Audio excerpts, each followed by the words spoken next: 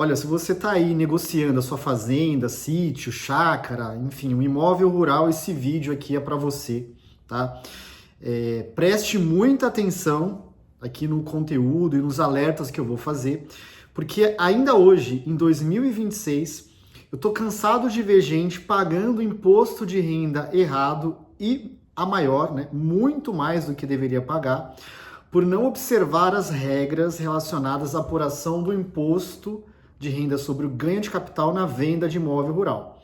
Então, o que eu quero dizer para você aqui,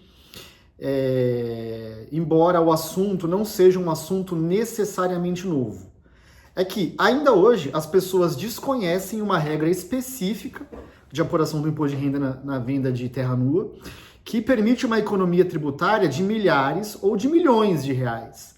Tá? Eu repito, já vi aqui pessoas ficarem arrasadas por perceberem que pagaram um imposto muito maior do que deveriam pagar.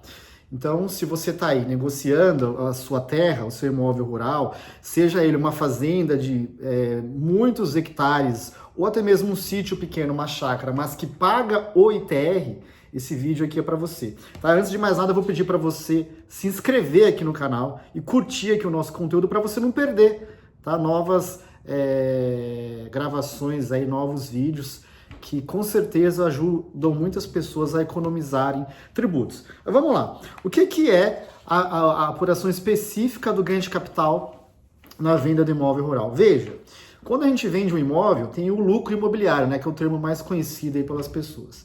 Então, no caso, por exemplo, de um imóvel urbano, que aí a apuração é pela regra geral. Eu pego o valor de venda, menos o valor de custo, considero os fatores de redução que são calculados com base na data de aquisição do bem, e esse cálculo, o próprio programa do GCAP, que é o do ganho de capital, faz automaticamente. Basta o contribuinte ir lá, inserir a data de aquisição, custo de aquisição, valor de venda, a natureza da operação, e ele vai ter ali um cálculo automático pelo programa. Algo tranquilo de se fazer. Tá? Então essa é a regra geral para um imóvel urbano, por exemplo, que vai pagar aí o ganho de capital sobre a diferença entre o valor de venda e o valor de compra, menos os fatores de redução, tá? Até aqui, tranquilo, tá? Aonde está a especificidade do imóvel rural que a gente até hoje vê as pessoas comerem bola aí, né? Com perdão do termo. Que é o seguinte, existe uma regra, tá, específica que veio com uma legislação lá após 1997, que permite a apuração do ganho de capital da venda de imóvel rural através da diferença do valor de terra nua, né? VTN, valor de terra nua, é o termo comumente usado aí.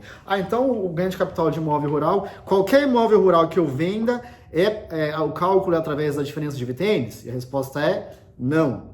Tá? Primeiro, porque a legislação já colocou um termo inicial ali, uma data de corte.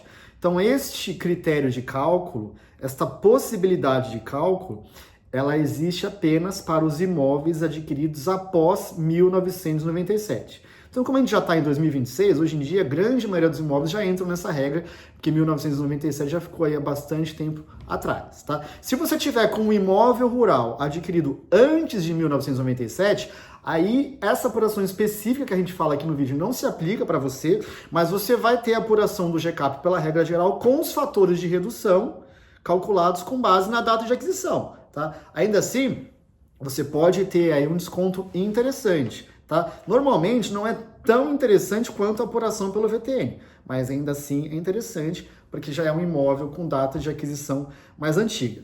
Quando a gente fala de apuração pelo VTN, a gente tem que considerar que existem alguns requisitos e cuidados, né, a serem considerados pelo vendedor para que este planejamento tributário, que foi oferecido pela própria legislação, mas que não deixa de ser um planejamento tributário, pare de pé. Tá? E aqui é muito importante colocar, pessoal, que precisa ter atenção para os requisitos e cuidados, para você não jogar por terra uma economia tributária enorme, e que eu já vi acontecer também. Então veja, primeiro requisito eu já falei, que é a aquisição do imóvel a partir de 1997. O outro requisito, que até hoje soa estranho quando eu explico para as pessoas, mas que precisa ser observado, é o momento da venda.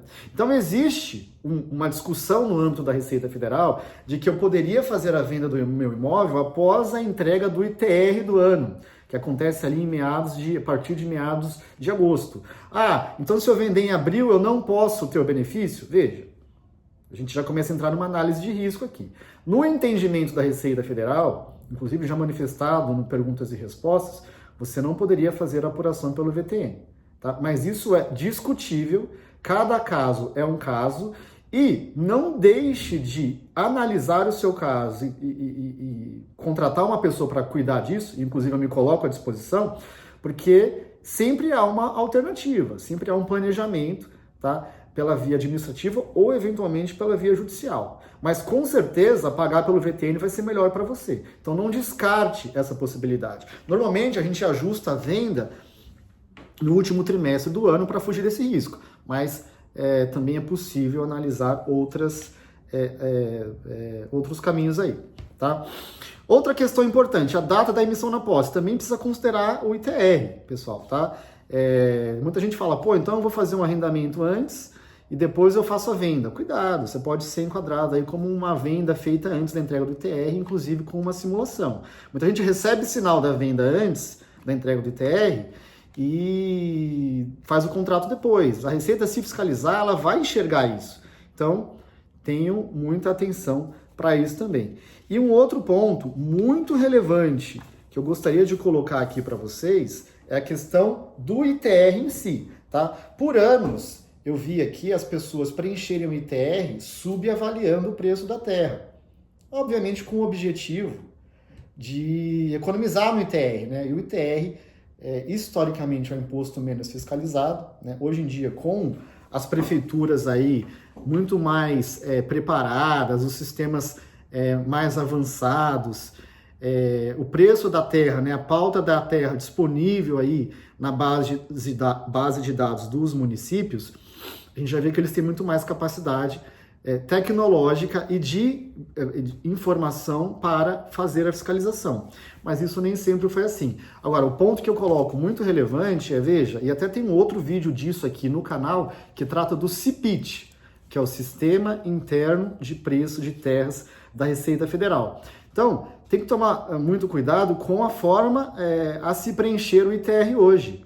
Porque é aquele critério, aquele costume, né, de colocar um preço da terra lá embaixo, ele pode prejudicar fortemente o seu planejamento do ganho de capital na venda. Porque se a Receita Federal entender que você subavaliou o preço da terra e desconsiderar o seu VTN no ITR, ela, por consequência, também pode, há o risco também dela te desconsiderar a apuração do imposto sobre o ganho de capital com base na lei do VTN. Então, aqui mesmo, quando a gente analisa esses casos, a gente considera, se estiver dentro do prazo decadencial, a gente considera retificar o ITR, tá? Que foi entregue errado para proteger o planejamento. Acaba pagando um pouco mais de ITR, que é um imposto muito mais barato, mas você tem uma economia tributária enorme no imposto de renda. Então veja, até aqui, pessoal, né, até que eu coloquei os principais pontos relacionados aí à apuração do ganho de capital de imóvel rural. Se você estiver passando por essa situação e quiser a minha assessoria, o meu contato fica aqui direto no vídeo. Se inscreva no nosso canal para você acessar conteúdos como esse, né? Curta aqui o vídeo, compartilhe com pessoas que você saiba que esse conteúdo vai ajudar, vai colaborar, e eu fico à disposição, tá? Para atender o seu caso aí, entender e a gente fazer um planejamento que pare de pé. Até mais.